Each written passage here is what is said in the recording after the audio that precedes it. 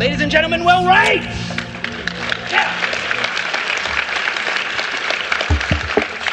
So this challenge was particularly hard for me for some reason. The first two just kind of like, I dived right into them. But this one, I think part of it is I didn't want to trivialize the subject material.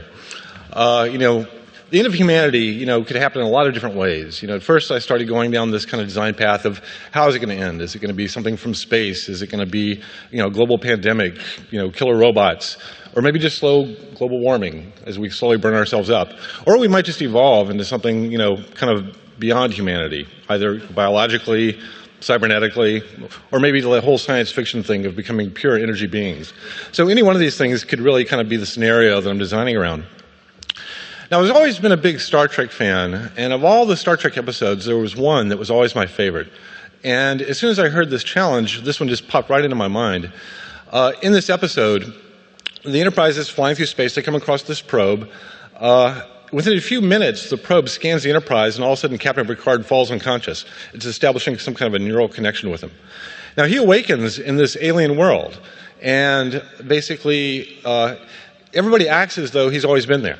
They tell him that he's had this kind of bad disease, this kind of flu, and that his memory's been scrambled. And at first, he's trying to figure out, why am I here? Am I trapped?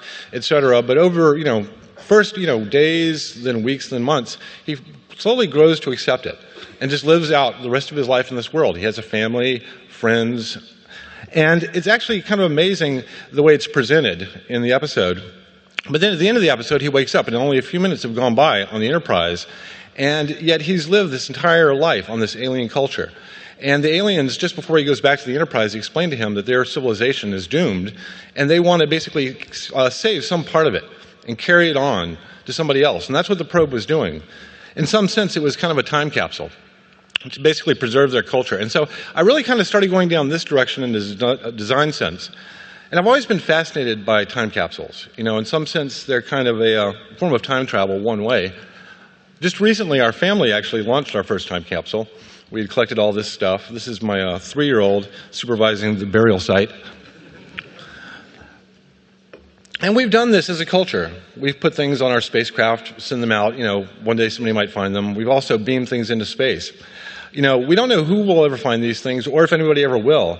But I really like the idea of how do we preserve the things that are really important to us into the future beyond humanity.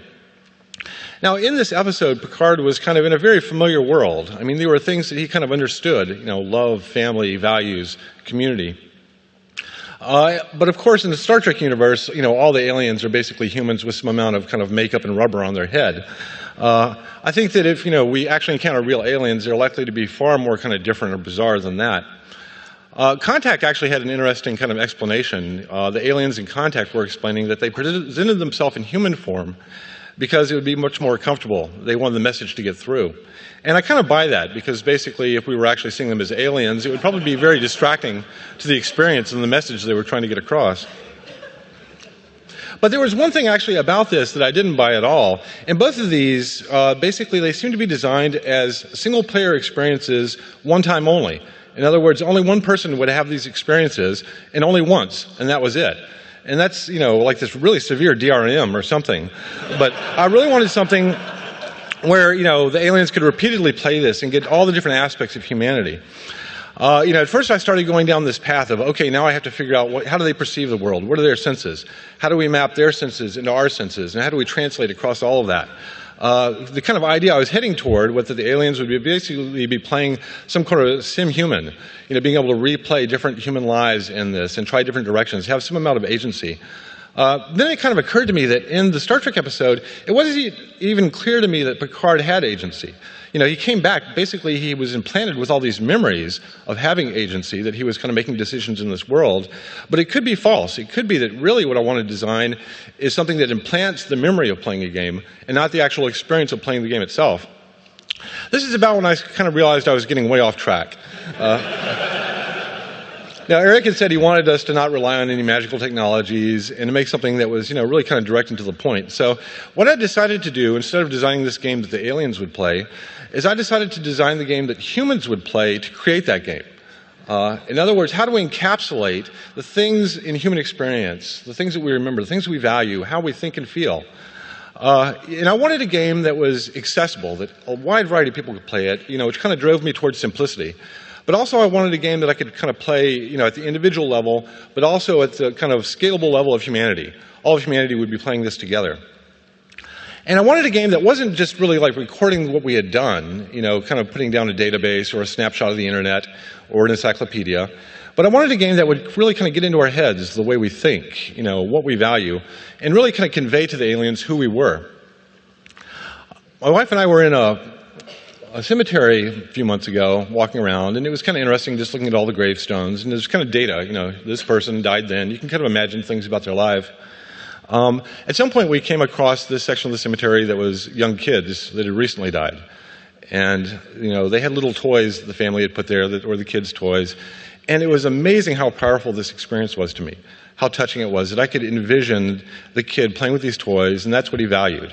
And it was so different than just kind of seeing his name and a date. And that's what I wanted to figure out how we convey. First of all, how do we capture in our society and culture? Now, we have the means right now to capture lots of what we do. We have things like our social networks that are capturing all these little events. One of the problems with these things is that they're actually kind of capturing this data, and they don't really distinguish between it. So it might be a post about how long the line was at Starbucks, or it might be like, dude, I saw a dead mouse at the laundromat last night. But that's right alongside of, I just got accepted to Harvard, or I got married. There's really kind of no disentangling of these different kind of memories. Now, these devices we have, they know where we are. They're soon going to know kind of what we're doing just based upon, sensor data.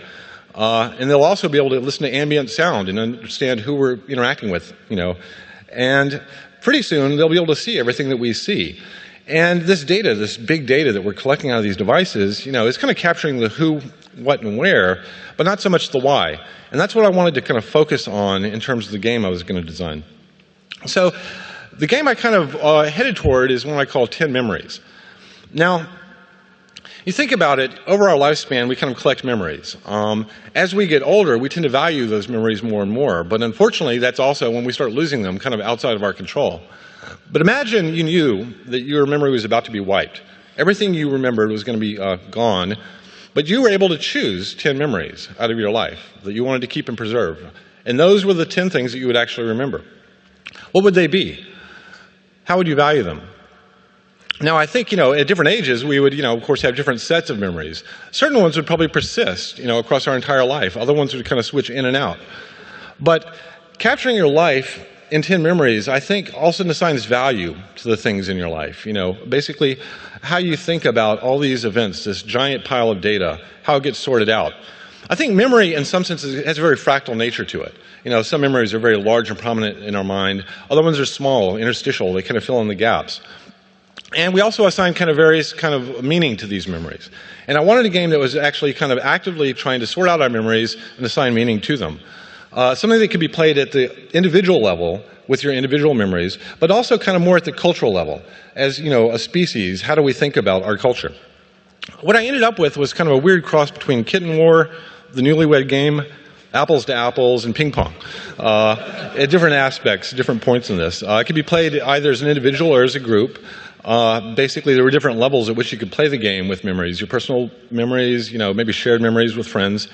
Now, at the easiest level of this is actually just bringing up 2 recorded memories, and you're picking, basically some tag that you're measuring them against. In this case, which is more significant.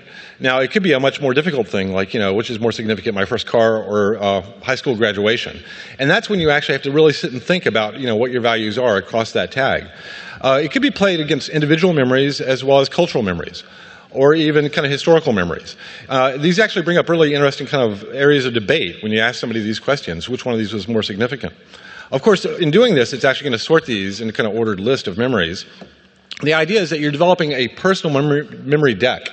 Every person has a memory deck that includes their individual memories, social memories with their friends, and kind of the way they think about humanity overall. Now, when 2 people get close to each other, it will actually take their personal decks and extract the memories that they share. So you and your friend might share 50 memories, and that becomes your local playing deck. It actually can kind of put that on the stack and sometime later ask you again and get you to resolve it. Just having people disagree about, these memories brings up really interesting things of discussion between them. Now, there are other kind of play in this that's more competitive. This one is a little bit more like ping pong, where basically it asks a question, one person picks, the other person has to kind of guess what the first person was going to do. If they guess correctly, then the ball goes to the other guy, and then it's his turn. If he guesses incorrectly, that person scores a point. So basically, one person's serving, the other person is trying to kind of guess what the first person would pick for that memory. Now, I want to be able to play this, against the world as well. So I want to be able to play these games, and there are actually a whole set of mini games that you can kind of envision in this. It's really all built around this deck that we're creating over time. But I can play this against the world, figuring out how closely my deck agrees, with the global consensus. There'll be leaderboards around this, basically, how closely kind of my interpretation of the world matches the world's interpretation. Playing this against your spouse, I think it'd be very interesting. Can I find out, across certain memories, which one of the memories do you really agree on, which one do you disagree on? I think, again, the discourse around these is really the interesting part. This is the kind of game that I can really envision my mother playing, and in fact, this is kind of the game that she does play when I go to her house. She's, talks about all these memories, and we end up discussing them. But at the end of the day, what I really want to do is build this giant stack across everybody with their memories sorted according to meaning that we can now use eventually with the aliens to give them a simulated experience of a lifetime in our world. This simulated experience, in fact, could have some agency. They could actually be branching across different people's memories depending on how similar their situations were. But, in some sense, it's really about compression, and I think there's an elegance to compression in game design and in a lot of things. There was a thing I actually heard a long time ago. Basically, you can take all of human knowledge, turn it into a bit string, put a decimal in front of it so you make it a fraction. Now you take that fraction and get a very precise little rod and measure exactly that far down the rod and put a little nick in the rod. Now you've encoded all of human knowledge on a rod. And of course it doesn't work, but at the end of the day, I wanted to have something that emotionally that would do the same thing, taking all this giant data that we're collecting around our lives and figure out what is a very concise, very deep way that somebody else can experience, what it means to be human. Because at the end of the day, I really want them to kind of look back on us, whatever happens to us, and understand basically what we valued, how we felt, and what was important to us. Thank you.